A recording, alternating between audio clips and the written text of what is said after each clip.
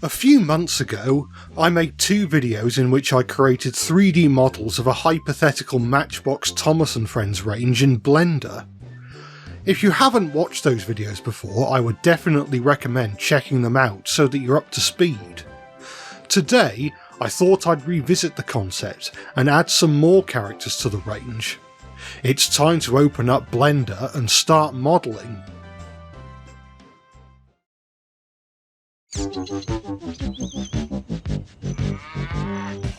It made sense to start with Toby. So far I've made the first 6 engines and Duck, so it only makes sense to model engine number 7. I'm still working within the limitations of the Matchbox Thomas range, as well as existing Thomas and Friends merchandise of the general time period, whilst also bearing in mind the fact that as the Matchbox Thomas range presumably sells more and more units as the years go by, they'd be more likely to splash out a little extra cash to make their newer releases a bit more detailed. I mainly say this because I want to make sure Toby has a fair amount of painted detail. His frames are a darker shade of brown than his body, and his lamp of course has to be white. Aside from 1 or 2 obscure exceptions, pretty much all of Toby's merchandise has a painted lamp. Even the astonishingly ugly Trackmaster Push-Along Toby has a painted lamp. After retexturing and extending Thomas's roof to make Toby's, I set to work making Toby's side plates. After that, I set to work making his frames. Once Toby's quote-unquote skeleton was completed, it was time to make his wooden, or in this case metal, body. Now the real engine Toby is based on uses horizontally arranged planks for the body, but as with most die-cast Toby toys, my solution was instead to add relief detail to give off the effect of wooden planks, of course leaving spaces for Toby's face and running number. It was now time to make Toby's cowcatcher. Firstly, I added a sort of wedge shape below Toby's buffer beam, then added some cuboids to give off the effect of relief detail. After the front cowcatcher was done, I cloned it, flipped it, and moved it to the other side to create the rear cowcatcher. Next came Toby's bell, and you might be able to see how I redesigned it to look more toy-like by basically removing any gaps or sunlight between the roof, the bell, and the device that holds the bell, and the wires connected to it. The time then came to model Toby's condensing gear, again making sure that it looked like it was part of the same mould as the roof. Once this was done, the time came to add floors to Toby's cab area, and translucent black plastic inside the middle section where Toby's side windows are. To reiterate from an earlier video, this looks opaque in the material preview, but will be translucent in the final render. The final touches included texturing Toby's side to add his number 7, and of course he needs a face. And with that, Toby is done. Now it's time to move on to the next character.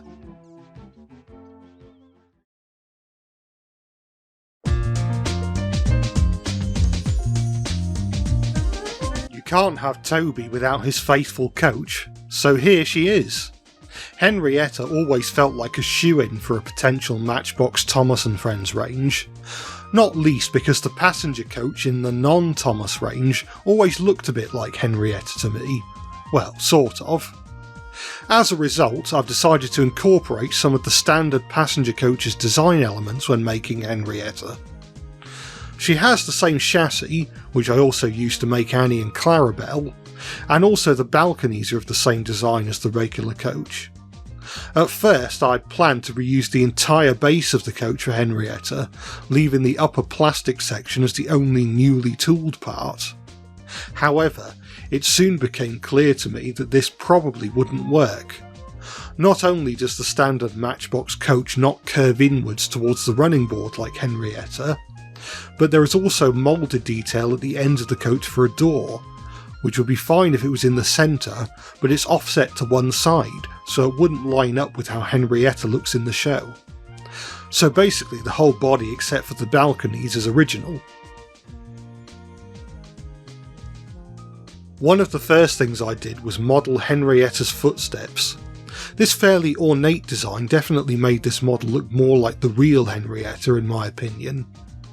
It was now time to model Henrietta's sides, first by getting the basic shape down and then lowering it. In the model series you'll notice that Henrietta is considerably shorter height-wise than Toby. Next came the roof vents, 3 on either side. Then came the ends of the balcony. You'll notice that these look significantly more basic than Henrietta's rather ornate balconies from the show. This isn't due to laziness on my end, or at least not entirely. Like I said before, I wanted to reuse the balcony design from the pre-existing Matchbox coach, which itself had a fairly simple design. Now came time to give Henrietta windows on her ends, 2 on the left and 2 on the right, plus a door in the middle. After that came the side detailing. Henrietta has 11 windows on either side. Once the windows and various relief details were complete, it was time to add some glazing to Henrietta's windows, and with that she was complete. Given that I've set this toyline in the 1980s, this was long before Henrietta was given a face, and so I haven't given her one here. One thing this does mean is that the model is symmetrical, which I'm sure would have made this model fairly inexpensive to manufacture.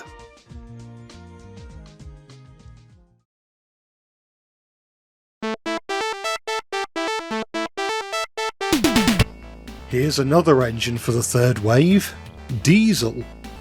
Like with Thomas, Toby and Duck, I've given Diesel the standard 060 chassis originally from the pannier tank.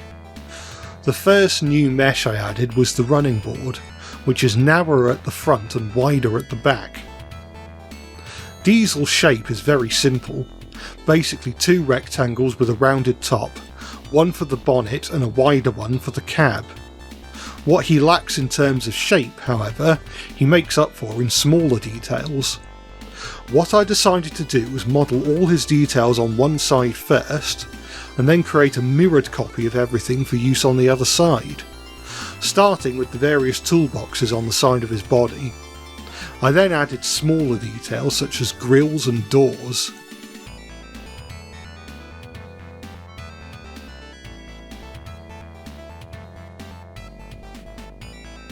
I then added Diesel's ladders, once again giving them the appearance of moulded detail as opposed to separately fitted parts, since I've got to bear in mind that these are supposed to be toys, and separately fitted details will just break off. Again, I've only modelled half of the ladder so that I can copy it and flip it horizontally. It was then time to detail Diesel's cab. First I used the Boolean tool to make it hollow, and then came time to give him a door, complete with its own set of details. You may have noticed that around this time I recoloured Diesel's running board from red to black. At first I wanted Diesel's buffer beam and running board to be one single mould, but I have a plan for an extra bit of detail underneath the running board that really has to be black, and realistically it will probably be part of the same mould as the running board.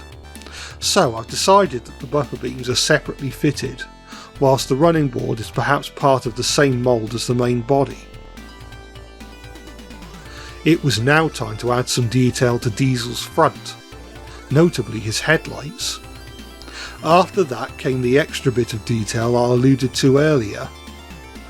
Yes, I decided to give Diesel his outside frames. There were a number of Thomas ranges that gave Diesel outside frames, even when most engines went without any detail around the wheels at all. 2 examples I can think of are Take and Play and the older Tomica diecast range. I began with the general shape of the frames before adding springs, crank pins and eventually his side rods. These don't turn, but it's still a nice effect I think. I'm pleased with all the Matchbox engines I've made so far, but Diesel in particular looks especially convincing. Even as a non-Thomas toy I could see Matchbox making a toy like this and painting it up in different liveries. Once the frames were modelled I gave Diesel a face, and with that Diesel's model was complete.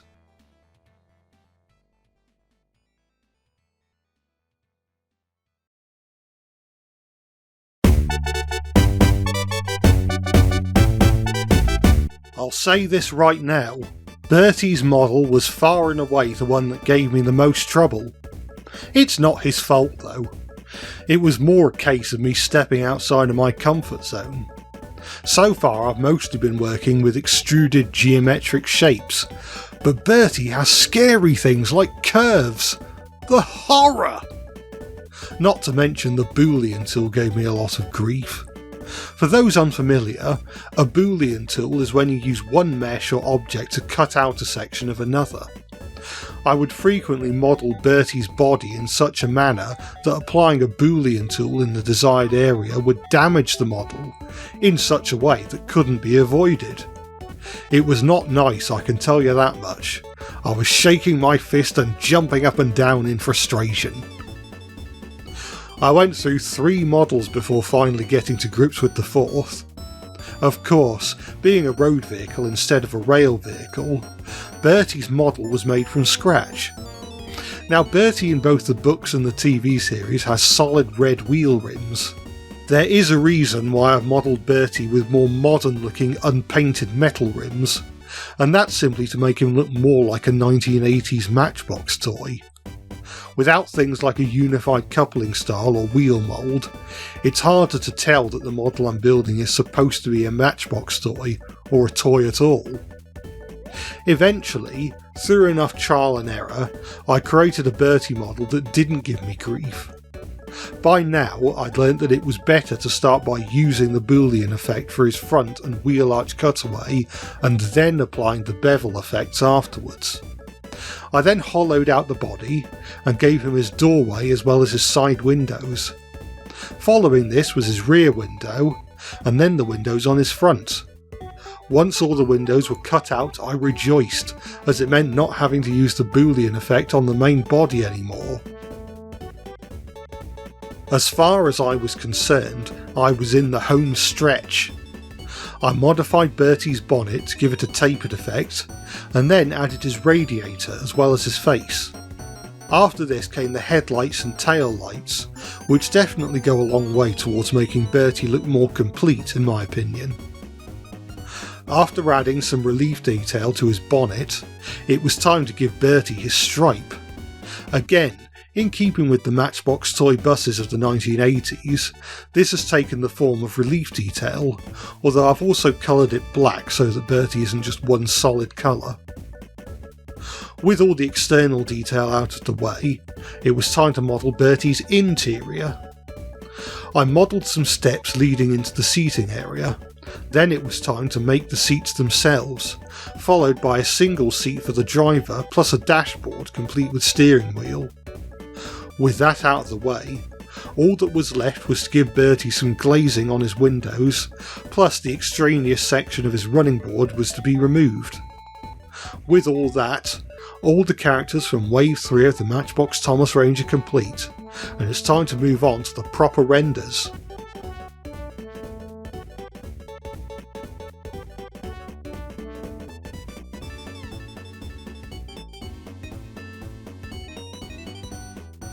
And so, there was another wave of the Matchbox Thomas range. I'm quite pleased with myself for not only getting more ambitious with my models for the range, but getting to see said ambition pay off. I came close to giving up with Bertie, but I persevered and I really liked the final result.